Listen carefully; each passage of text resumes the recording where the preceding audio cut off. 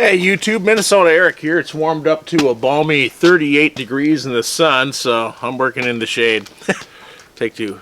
Hey YouTube, MinnesotaEric here. So it's warmed up to 35, 40 degrees in the sun, so it's time to work outside again. And since I had my RZR, under the hood I've carried a spare belt. And I haven't had a tray on there and the belt's kind of hung in there, but I'd like to be able to carry the tools and everything I'd need to replace the belt under the hood. And so today we're going to install an underhood storage unit.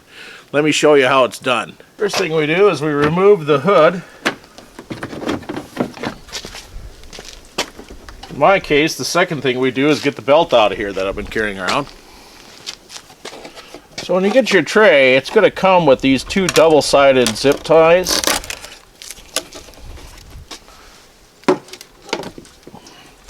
And these zip ties are here so that you can secure the breather tube and the wiring harnesses forward of the bolt, so that when the tray sits down, you'll see these got these standoffs, so your wiring and your tube is going to run in this channel. You need to secure this with these two zip ties so that those hoses will go into this channel. Next, you take out the T40 bolts holding the front and onto the struts.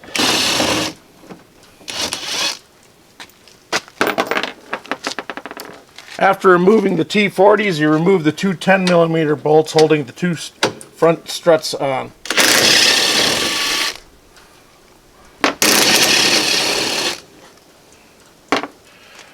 Now in my case, I'm removing the supporting struts because for those of you who remember from the second restoration video of this RZR, I pounded these flat. But I did order the replacement parts because they've got a bit of a curve.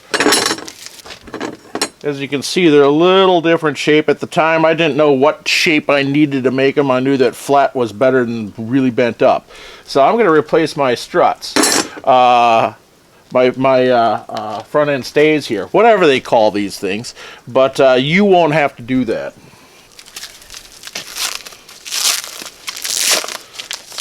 Unless the front end of your machine got bonked. Then you will have to do this too. In my case, I found it just a little easier to put everything on the bottom.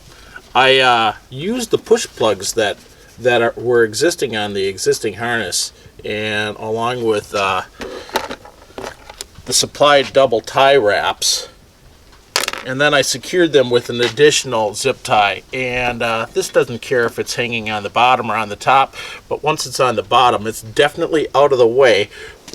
Okay, next you set your tray in, and there's two 10mm bolts that you bolted into the back. Start with those, get those going, and then you may have to do some tugging in the front and kind of pushing around to get the bars to align. This shouldn't be that big of a deal.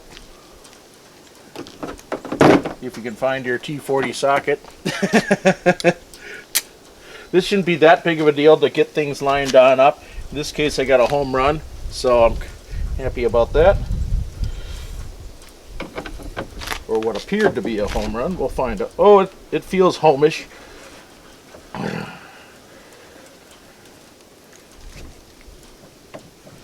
Snug, not tight. Understand? Snug. Now the sun's coming up, so I got like hard to see. Ugh. Honestly, I prefer to work in the shade because then I can see what I'm doing. You go through these high You go through these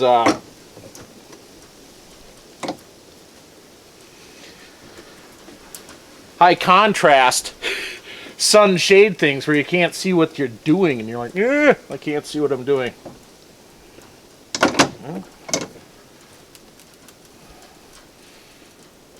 Snug, not tight. Okay, so that's that. The tray is installed. Let me show you this. Okay, so depending on your application, your tray may go all the way up to the firewall. You may end up having to remove the water bottle and reinstall it. You may end up having, if you've got a high lift machine, moving your fuse box and cutting a hole right here so your fuse box can get reinstalled on the firewall.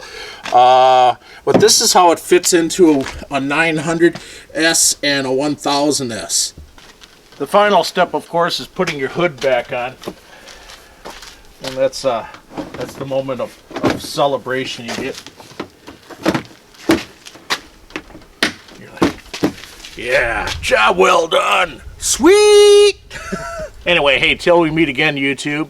Hey, if you like this video, give me a thumbs up. And if you like my channel, subscribe. Thanks a lot. Bye-bye.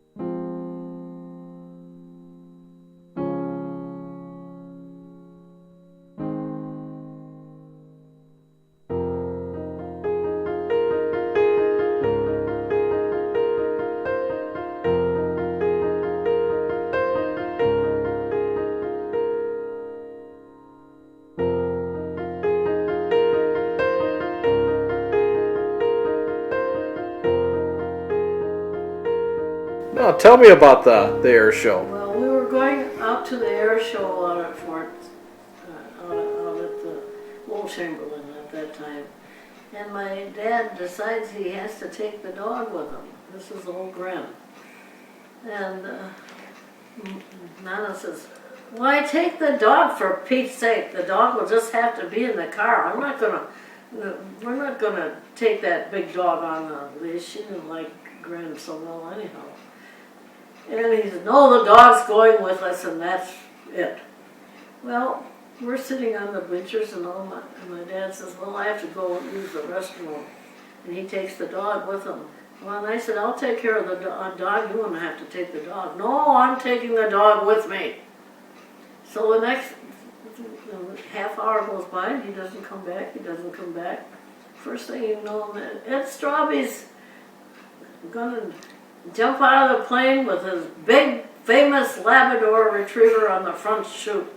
Sure enough, my dad jumps out and he's got Gren on the front chute. Poor Gren. What do you do? Just sneak off and jump out? How did he have this arranged?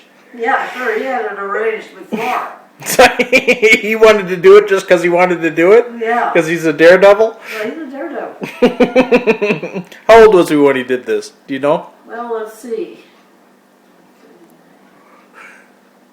Maybe 45. Do you recall the year? No, I don't. 40s, 50s? No, I was 12. So you were 12. And I was born in 26. 38. He sneaks off to jump off of an airplane with his dog. On the front chute. That's the chute if the other one. Right. That's the emergency. Yeah. So he has no emergency. He has a dog. That's good humor. That's a great story. Haven't you heard that one before? Oh, I have, but I think it's great that we got it videoed now. Now we got it recorded.